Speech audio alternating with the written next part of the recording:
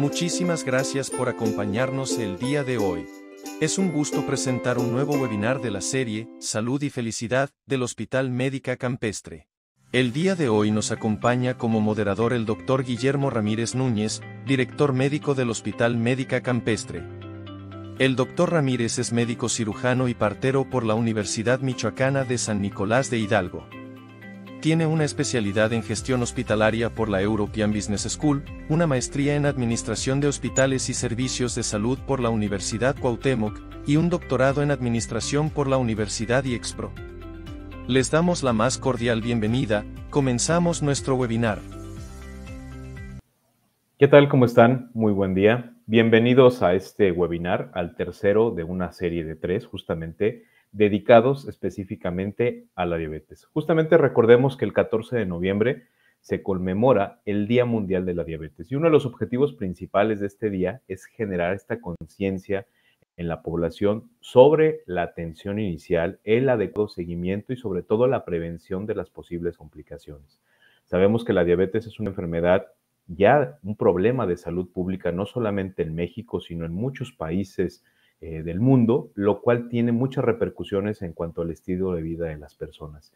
Sabemos de las complicaciones que esto puede presentarse, desde la insuficiencia renal hasta la posibilidad de amputación de alguna de las extremidades, por lo cual es de suma importancia mantener un control adecuado de los niveles de glucosa, así como de un contexto global de la atención del paciente. Es decir, que sea visto por un equipo multidisciplinario. Entre ellos, justamente, se deben de involucrar a los médicos endocrinólogos. Y pues el día de hoy tenemos la presencia de la doctora Susana Flores Villagómez. La doctora Susana es médico endocrinólogo, egresada del Centro Médico Nacional Siglo XXI. Actualmente es miembro de la Asociación Mexicana de Nutrición y de Endocrinología y es médico del staff del Hospital Médica Campestre. Doctora, ¿cómo está? Muy buen día. Bienvenida a este webinar. ¿Qué tal, doctor? Buen día. No, pues antes que nada, muchas gracias por la invitación. Muy contenta. Perfecto, doctora. Pues bueno, nos va a hablar de un tema muy interesante. La diabetes justamente se ha convertido en un problema de salud público. Es un problema que necesitamos atacar desde el fondo, pero este fondo comienza con la concientización, comienza con generar una información clara para nuestros pacientes, entendible, que pueda ser digerible y sobre todo que sepan las complicaciones y sobre todo el manejo que se les puede dar. La diabetes es una enfermedad silenciosa, pero también a la vez es mortal. Y pues bueno, doctora, la escuchamos. Bienvenida. Claro que sí, doctor. Muchas gracias. Bueno, me gustaría hablarles el día de hoy de un tema tan importante, como dijo el doctor Guillermo. La diabetes es un tema que nos concierne a todos los médicos. No es nada más un tema endocrinológico, es un tema que todos los médicos tendríamos que dominar, ya que todos vamos a tener algún familiar, algún paciente, algún conocido con diabetes. Bueno, sabemos que la diabetes es la tercera causa de muerte en México, así como la primera causa de amputaciones no traumáticas.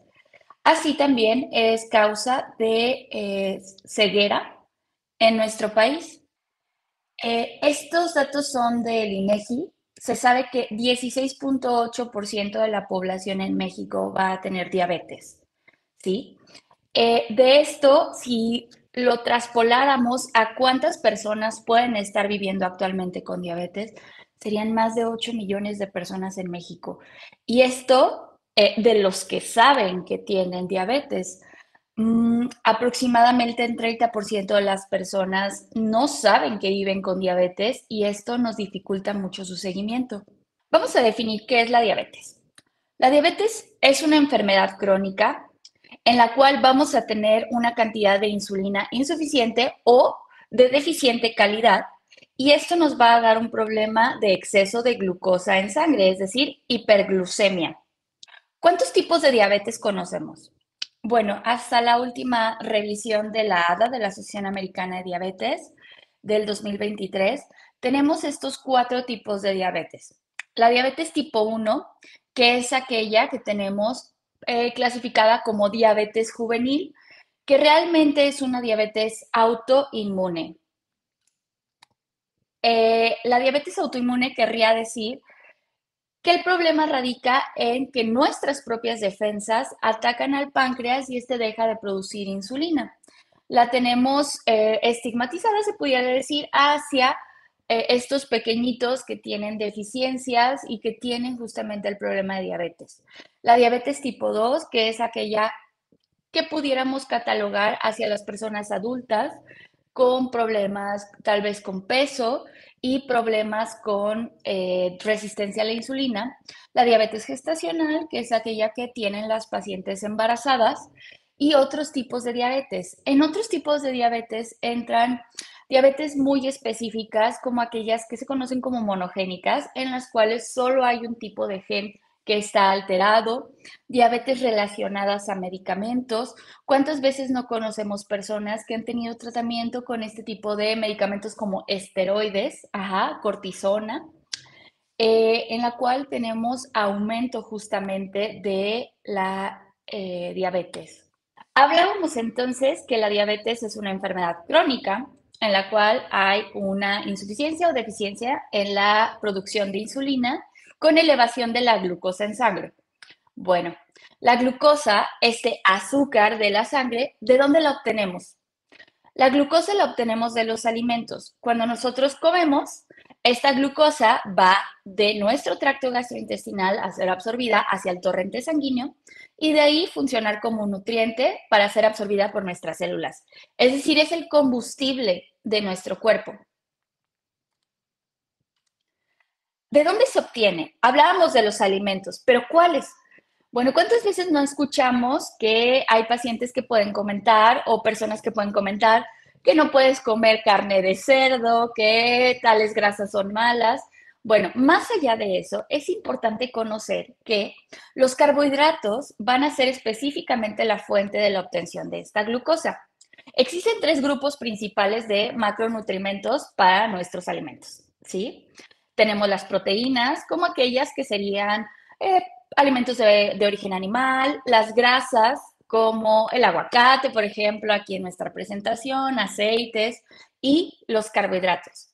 Los carbohidratos son el grupo específico más importante que vamos a tener para obtener nuestra glucosa. Existen dos tipos de carbohidratos y esto es muy importante tenerlo en cuenta para poder nosotros también ser autosuficientes y autónomos en la parte del cuidado de nuestra salud con respecto a la diabetes. Existen carbohidratos complejos y carbohidratos simples. ¿Qué es esto? Los carbohidratos complejos son aquellos que están acompañados de fibra y los carbohidratos simples son aquellos que conocemos así, simplemente como azúcar. ¿Por qué son de importancia en el cuidado de nuestra diabetes? Bueno, principalmente porque de ellos va a depender qué tan rápido elevan glucosa en sangre.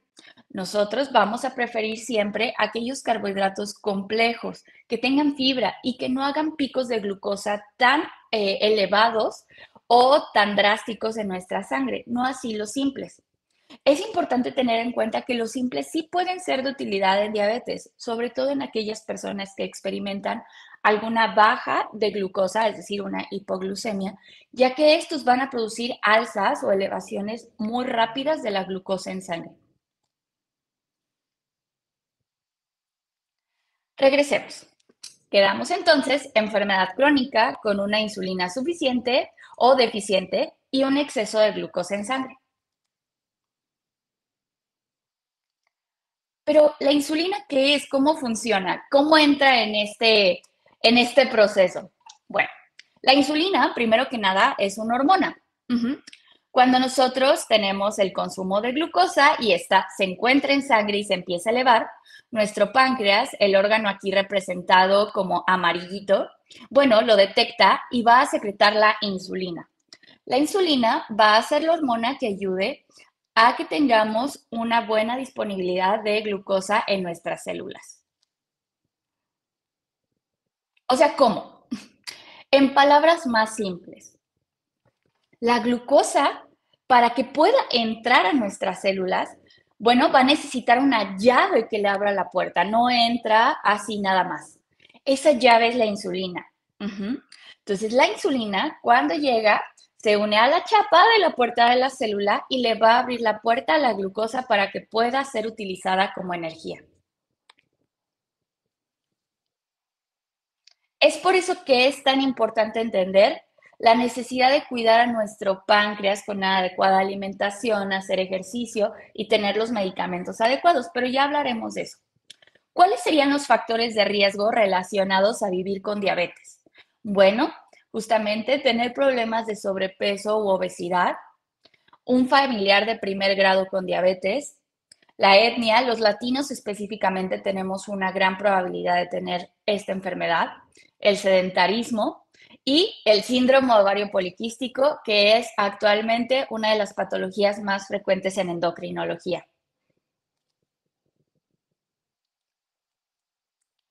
¿Cómo diagnosticamos diabetes? Bueno, no es nada más una elevación de glucosa. Hay criterios muy puntuales para poder diagnosticar. Estos criterios que estoy poniendo aquí son los criterios aceptados por la Asociación Americana de Diabetes.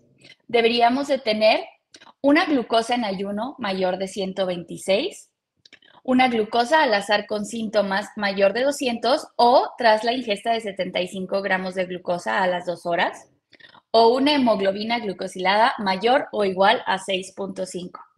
Esto es importante, ya que muchas veces podemos tener el contacto con alguna persona que vive con diabetes que nos preste su glucómetro con el cual podemos evidenciar glucometrías y con ello tal vez crear cierta conciencia hacia el cuidado de nuestras glucosas.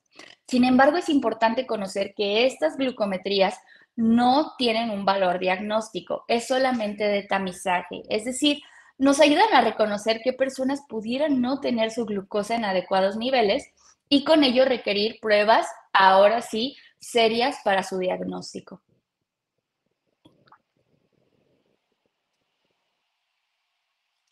¿Cómo sé que mis valores son normales? Esta diapositiva me parece muy importante, ya que podemos ver los valores que habíamos comentado en azul fuerte, con respecto al diagnóstico de diabetes.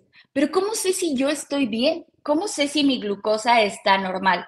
Bueno, conocemos este concepto de prediabetes. Previamente se conocía como metabolismo alterado de los carbohidratos, pero a lo mejor para algunos pacientes no representaba esta señal de alarma por el nombre tan importante. De ahí que la palabra prediabetes pudiera jugar una importancia específica en el reconocimiento de que nuestro metabolismo de carbohidratos, es decir, cómo estamos metabolizando la glucosa en sangre y que tal vez nuestra insulina o nuestro páncreas ya está teniendo problemas para poderla metabolizar.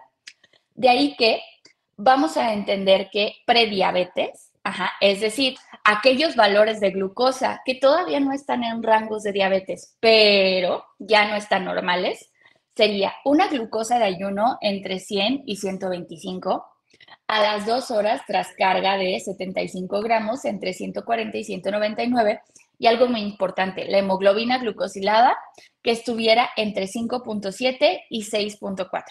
¿Qué es la hemoglobina glucosilada? Porque hemos escuchado mucho hablar de ella. La hemoglobina glucosilada es un parámetro que tenemos nosotros los médicos para poder conocer cómo ha estado tu glucosa en los últimos 3 meses. Es una especie de promedio y tiene un valor diagnóstico y también para seguimiento de esta enfermedad muy importante. ¿Cómo sé si mi glucosa está normal? Bueno, si tú tienes una glucosa menor de 100 en ayuno, a las 2 horas después de haber consumido alimentos menor de 139 y una hemoglobina glucosilada menor de 5.6, pudiéramos considerarlo normal. Pero ojo, ya vimos que los factores de riesgo en las últimas diapositivas pudiéramos tenerlos todos, de ahí que todas las personas arriba de 35 años ya deberíamos de tener algún tipo de tamizaje para buscar esta enfermedad. Si tú tienes o vives con síndrome ovario poliquístico, problemas con peso o tienes familiares que puedan tener la enfermedad, es importante que incluso desde antes de esta edad ya estemos al pendiente.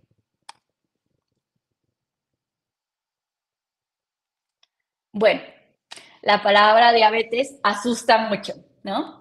¿Qué pasa si me acaban de diagnosticar con diabetes? ¿Ahora qué sigue? Bueno, manos a la obra. Hay muy buenas noticias con ese respecto. Existen estudios, que esto es básicamente para los endocrinólogos importante, pero es importante también que nosotros lo podamos transmitir a nuestros pacientes. como buenas noticias y como parte de la motivación para que mi paciente pues le eche ganas y se comprometa con su salud. El control estricto de la glucosa desde el inicio puede producir una reducción del 25% de las complicaciones. ¿Cuáles complicaciones? Nefropatía, es decir, que empecemos a tener disfunción de nuestros riñones y que incluso lleguemos a necesitar diálisis o hemodiálisis o algún trasplante. El problema también de nuestros nervios, que empecemos a tener neuropatía, aquellos pacientes que pierden la sensibilidad de sus extremidades y que puedan tener más riesgo de amputaciones, o en pacientes también que puedan tener problemas con su visión. ¿Cuál es el tratamiento? El tratamiento realmente no es solo la parte medicamentosa. El tratamiento requiere que el paciente entienda que es holístico, y así se refiere al tratamiento la última guía de actualización en diabetes de la Asociación Americana de Endocrinólogos. La primera sería la terapia médico-nutricia. Los medicamentos sin el adecuado control por parte de nutrición no van a hacer magia. Es muy importante tener en cuenta que nuestra nutrición la tenemos que ver con un profesional. Muchas veces tenemos sesgos en cuanto a lo que consideramos tal vez adecuado o saludable para el consumo de alimentos. Y es por eso que tendríamos que acercarnos con un nutriólogo o nutrióloga para este tratamiento. El ejercicio, que de manera muy general, la Organización Mundial de la Salud nos dice que tendríamos que tener más de 150 minutos de actividad moderada e intensa de ejercicio. El último año la aumentó a 300 minutos, entonces sí es bastante tiempo lo que tendríamos que pasar moviéndonos, pero hay formas también que pudiéramos aumentar nuestra actividad física durante el día y que pudiera ayudar. Muchas veces al ejercicio le tenemos idea porque no es algo que nos guste hacer o porque tal vez nos han vendido la idea de que sea parte, digamos, para tener cierto tipo de cuerpos hegemónicos o perfectos. Y no, el ejercicio no es para eso, el ejercicio es para el cuidado de nuestra salud. Es como lavarnos los dientes. Y algo muy, muy importante, el cuidado de nuestra salud mental. En cuanto a la salud mental, gran parte de los pacientes con diagnóstico reciente de diabetes pueden presentar depresión. Es obvio que para algunas personas el diagnóstico de diabetes represente un miedo y un trauma importante, ya que cuántos de nosotros no tenemos algún familiar o algún conocido, algún ser muy querido que haya padecido o sufrido la diabetes. Estos miedos muchas veces, al no poder tener un adecuado duelo y un proceso adecuado con nuestra salud mental en cuanto al diagnóstico, pudieran evitar que tengamos un mejor desenlace. De ahí que es muy importante incluso para el profesional de la salud hablar de ello, de la necesidad de enfocarnos nuestra salud mental hacia el especialista adecuado, sea psiquiatría o psicología, para poder procesar también esta información. En cuanto al tratamiento, quise ser muy básica en esta diapositiva, ya que hay muchísimos tratamientos actualmente para diabetes, pero se pudieran dividir entre orales e insulinas, que en insulinas ya pudiéramos cambiarlo a orales e inyectados, que ahí es donde entran las insulinas, porque hay inyectables que no son insulina y que nos pueden dar una muy buena tasa de efectividad en estos pacientes. Aquí quisiera detenerme para hablar de justamente la importancia de explicarles a los pacientes los beneficios que tiene la utilización de un adecuado medicamento en un paciente de reciente inicio e incluso en pacientes que ya tienen un largo camino recorrido con la diabetes. Muchas veces, si tenemos este diagnóstico, pudiéramos entrar en este pesimismo de que ya sé lo que viene. Medicamentos orales y después insulina. Y posiblemente, tal vez no sea necesario si tenemos el cuidado adecuado de nuestro páncreas. En cuanto a los medicamentos orales, podemos tener de base la famosa metformina, pero cada vez existen más medicamentos y sin decir nombres, existen diferentes clases y familias de medicamentos que no nada más me van a dar el beneficio del control de la glucosa. Específicamente, ya queremos los endocrinólogos y otros médicos que tratamos diabetes, queremos que nuestro paciente tenga protección cardiorrenal. ¿Qué quiere decir esto? Que no nada más disminuya sus concentraciones de glucosa en sangre, que mi paciente experimente beneficios cardiovasculares, es decir, que se infarte menos, que tenga menos eventos vasculares cerebrales o incluso que mi paciente llegue menos a diálisis peritoneal. Cuando nosotros explicamos los beneficios que tiene este tipo de tratamientos en nuestros pacientes y tomamos la decisión en conjunto, el paciente puede experimentar realmente beneficios increíbles en su salud con estos medicamentos. Asimismo, hay grupos incluso que tratan adecuadamente obesidad. Es importante acercarnos con nuestro médico, hablar de estas preguntas que pudiéramos tener hacia cuál es el mejor tratamiento para mí. Y las insulinas, que bueno, a final de cuentas, desde la explicación de qué es la diabetes, veíamos que es una enfermedad crónica en la cual pudiéramos tener insulina deficiente o insuficiente. Ya en un estadio muy avanzado de la enfermedad, bueno, nuestro páncreas pierde la capacidad de la secreción propia de insulina y ahí es cuando la podemos utilizar. Es importante quitar todos estos mitos de que la insulina es mala, porque no, la insulina no es mala, la producimos nosotros. Pero pues por la ciencia podemos tener insulinas diferentes para aplicar en estos pacientes. No, la insulina no quiere decir que todo está acabado. La insulina es otra oportunidad para poder estar controlados. ¿Cuáles son las metas de tratamiento para nuestros pacientes? Bueno, ya tengo la enfermedad, ya me estoy tratando, ¿cómo sé si estoy bien? Bueno, obviamente esto va ligado a muchos otros parámetros a tomar en cuenta por parte de nuestro médico. Entiéndase nuestra presión arterial, nuestra composición de lípidos, es decir, colesterol, triglicéridos, incluso hasta la forma en cómo estamos durmiendo pudiera ser parte de las metas. Pero en cuanto a la glucosa, si yo tengo una glucosa de ayuno entre 80 y 130 a las 2 horas menor de 180 o tengo una hemoglobina glucosilada menor de 7, pudiéramos considerar que estamos en control.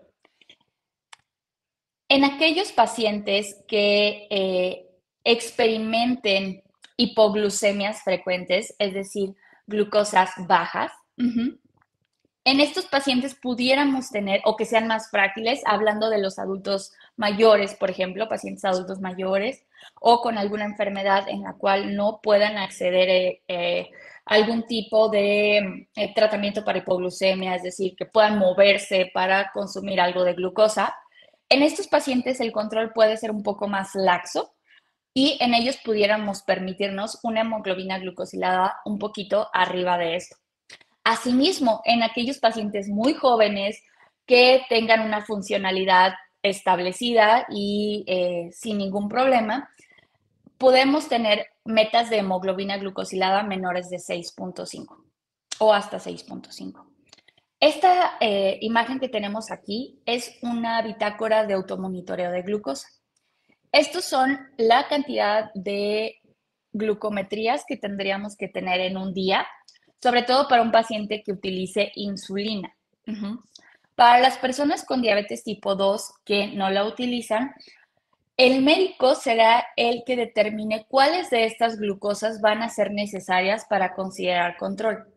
De todos modos, ya revisamos que en aquellas que sean antes de los alimentos tendríamos que llegar entre 80 y 130 y a las 2 horas de haber consumido, esto es muy importante, de haber consumido alimento, no de haber finalizado, de haber consumido o empezado a comer desde que yo tomo la primera cucharada o el primer bocado, a eso sería menos de 180.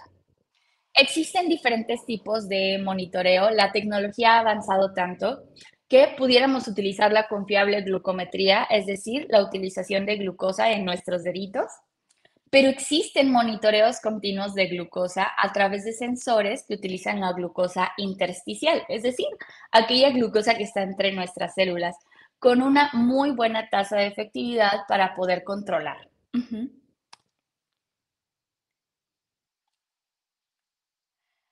Es muy importante tener en cuenta que el mantener nuestras glucosas monitorizadas y en control nos va a ayudar a prevenir las complicaciones tanto micro como macrovasculares. Microvasculares se refiere justamente a la neuropatía, al problema con nuestros riñones, a la nefropatía o al problema con la visión. Antes de concluir, me gustaría comentar que es importante que nuestro médico esté haciendo las revisiones y tomando en cuenta los tamizajes para prevención de complicaciones. Pero también es parte del paciente comentarle al médico siempre si existe algún problema que haya visto con sus pies, por ejemplo, o algo que haya evidenciado durante el tiempo que no estuvo en consulta. Mis conclusiones con respecto a esta plática sería que la diabetes es un diagnóstico, no una sentencia. Tenemos ya una posibilidad de tratamientos que nos dan una gran posibilidad de no vivir con las complicaciones, pero al mismo tiempo no sufrir la diabetes. El tratamiento intensivo desde el diagnóstico es importante para la prevención de complicaciones. Si nosotros tenemos justamente este tratamiento, estos nuevos tratamientos que nos permiten no tener infartos o prevención de ellos, o incluso prevención de terminar con algún problema de trasplante renal, diálisis, peritoneal o hemodiálisis, realmente pudiéramos evitar muchos de nuestros problemas e incluso ser costo beneficioso para nuestros pacientes. Tu tratamiento no solo incluye fármacos. Hablábamos de la importancia de tener un tratamiento multidisciplinario en el cual entre nutrición, entre la parte del ejercicio, entre también la parte de salud mental. El adecuado control de nuestra diabetes incluye que aceptemos y podamos actuar ante esta enfermedad. La información es poder y un paciente empoderado es un paciente mejor controlado, así que manos a la obra. Por mi parte sería todo. Agradezco mucho su atención. Muchas gracias, doctora. Muchísimas gracias por su presentación.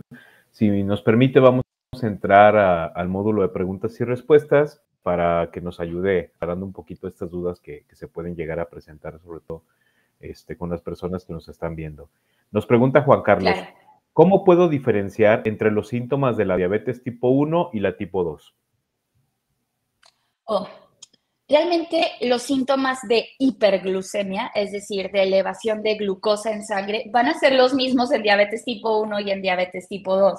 Estas llamadas polis, polifagia, polidipsia, poliuria, es decir, que tengamos mucha sed, mucha hambre o que vayamos mucho al baño, son relacionadas al exceso de glucosa en sangre y pudieran ser similares en diabetes tipo 1 o en diabetes tipo 2. Lo que pudiera variar en estas poblaciones es sobre todo la edad, pero acercarnos al especialista correcto para poder determinar qué tipo de diabetes es. Hay algunos datos por ahí que nos pudieran ayudar a nosotros los endocrinólogos a poder diferenciar una de la otra. Obviamente es muchísimo más común que tengamos diabetes tipo 2. Sin embargo, no podemos catalogar o discriminar a nuestros pacientes mayores de 30 y no pudieran tener una diabetes autoinmune, es decir, donde mis propias defensas ataquen a mi cuerpo, y tampoco pudiéramos discriminar a nuestros pacientes más chiquitos para no tener una diabetes tipo 2. La obesidad infantil y en la adolescencia cada vez nos trae más problemas. Muchísimas gracias, doctora. Nos pregunta Roberto, ¿cómo afecta el ejercicio a los niveles de azúcar en sangre y cómo debería ajustar mi rutina si tengo diabetes? Oh, qué importante.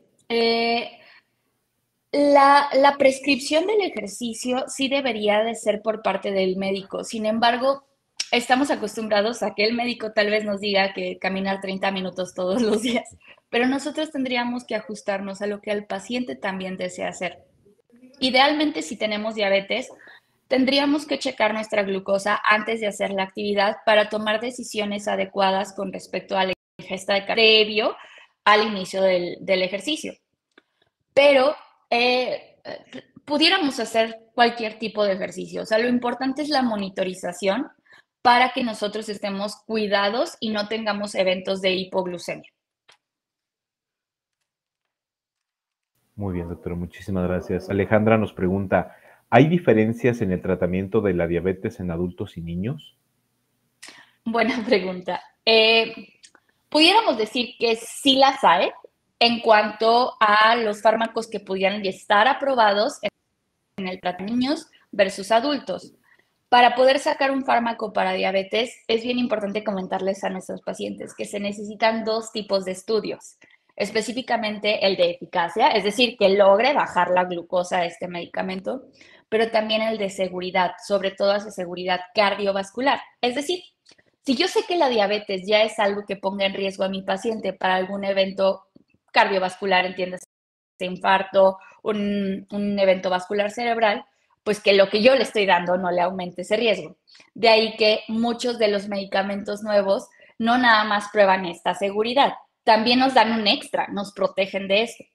Pero en niños hay que tener en cuenta que hay dosis diferentes, que necesitan ser probadas específicamente en niños. Ya hay fármacos que se utilizan en adultos, por ejemplo la metformina, y algunos inhibidores de CGLT2 que se utilizan en adultos, pero que también están probados en pacientes adolescentes o en pubertad.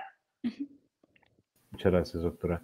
Luisa nos pregunta, ¿puede la diabetes gestacional afectar a mi bebé y hay forma de prevenirla?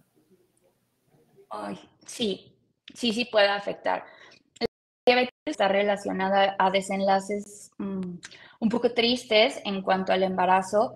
Los bebés pueden tener un tamaño mayor al nacer, pero no nada más eso. La diabetes gestacional existe ya una programación fetal en el páncreas de nuestro bebé, en el cual estaríamos propiciando que nuestro bebé a la larga tenga el riesgo de tener diabetes u obesidad. Hay formas de prevenir esto.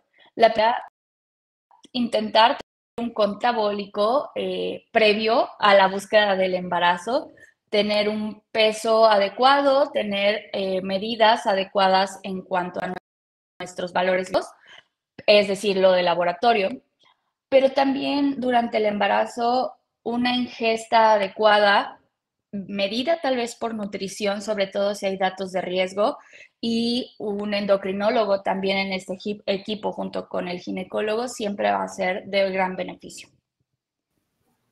Muchas gracias, doctora. Su pregunta, ¿cómo puedo monitorizar eficazmente mis niveles de azúcar en casa? Bueno, principalmente pudiéramos tener, como veíamos con las glucometrías, la cantidad de glucometrías en el día la va a dictar también el médico con base en las necesidades del paciente y cómo veamos a nuestro paciente y el tipo de medicamento que esté utilizando. Pero estábamos viendo que las glucometrías tendrían que tener ciertos valores. Reconociendo estar en ayuno entre 80 y 130, pudiéramos decir que estamos en control. A las 2 horas de la ingesta menos de 180 y posteriormente tal vez con una hemoglobina glucosilada. No me detuve tanto en la parte de tecnología en diabetes, pero también me gustaría comentarla. Estos nuevos dispositivos para la monitorización de glucosa en pacientes que miden glucosa intersticial son sensores que se utilizan en la parte del brazo que muchos hemos visto, que nos dan valores de glucosa durante 14 días y estos nos permiten medir también algunos otros tipos de parámetros, entre ellos el tiempo en rango, es decir, qué tanto tiempo del día me encuentro entre 80 y 180. Esto es muy importante porque pudiéramos pensar que tal vez tener un 5% de tiempo debajo del rango ser poquito tiempo, pero estar 30 minutos del día con menos de 70 de glucosa pudiera afectar, es decir, en hipoglucemia, pudiera afectar otras funciones como incluso en la parte cognitiva de nuestros pacientes. De ahí que el tiempo en rango, que tanto permanezco en estos valores, tendría que ser más del 70%. Muchas gracias, doctora.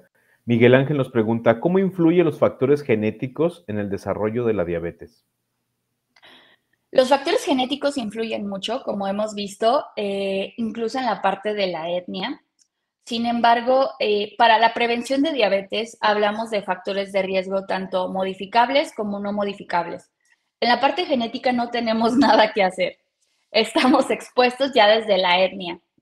Sin embargo, antes de ver solamente las partes no modificables, creo que tener las áreas de oportunidad bien especificadas, que sería justamente mejoría en nuestros hábitos de alimentación, la parte del sedentarismo y el control del estrés, incluso hasta cómo dormimos.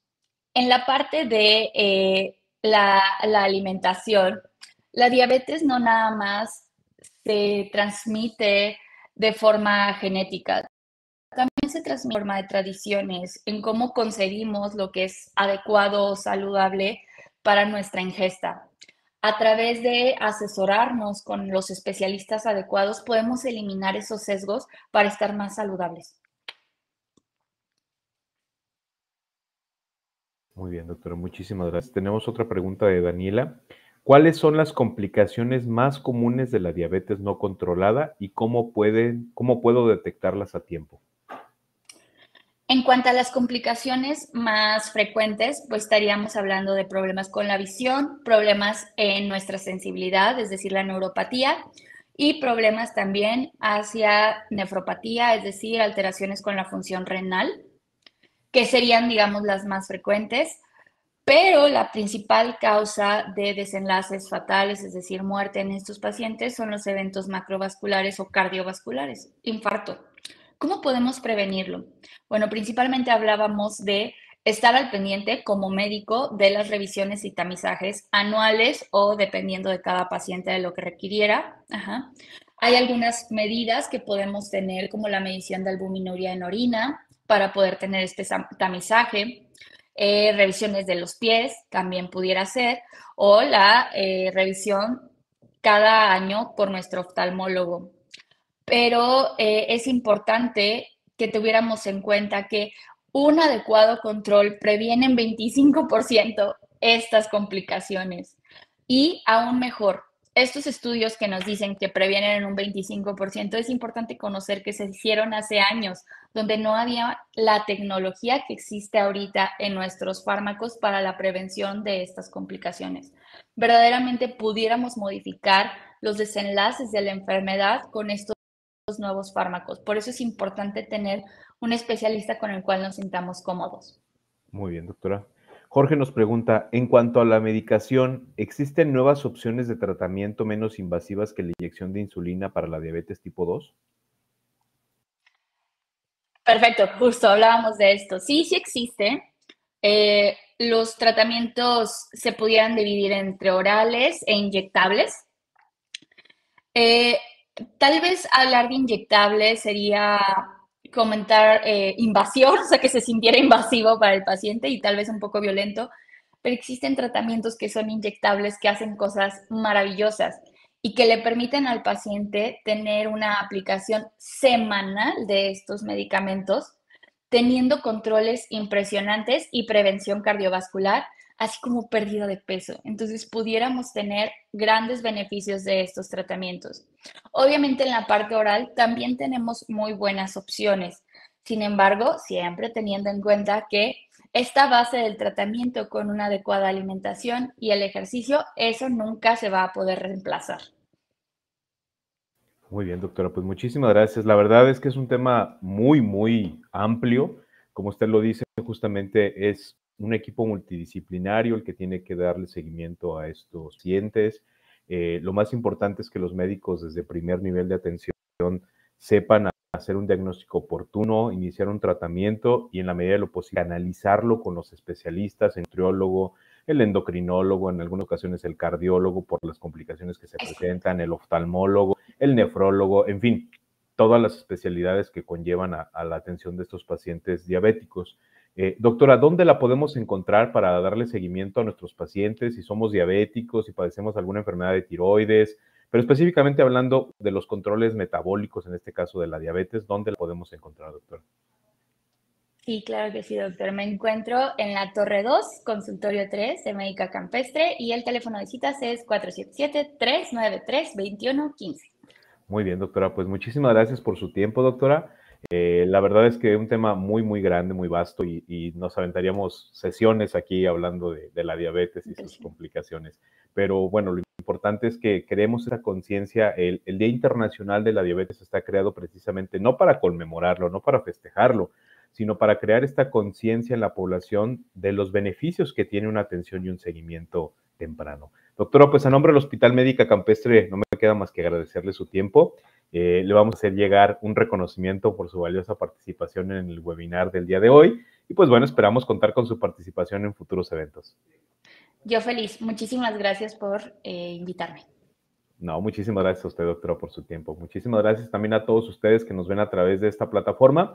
Les recuerdo que pueden descargar en el apartado de folletos la revista Salud y Felicidad, donde justamente podrán encontrar así como otros temas de interés. Recuerden que este es el tercer episodio de la serie dedicada a la diabetes, con el objetivo principal de concientizar.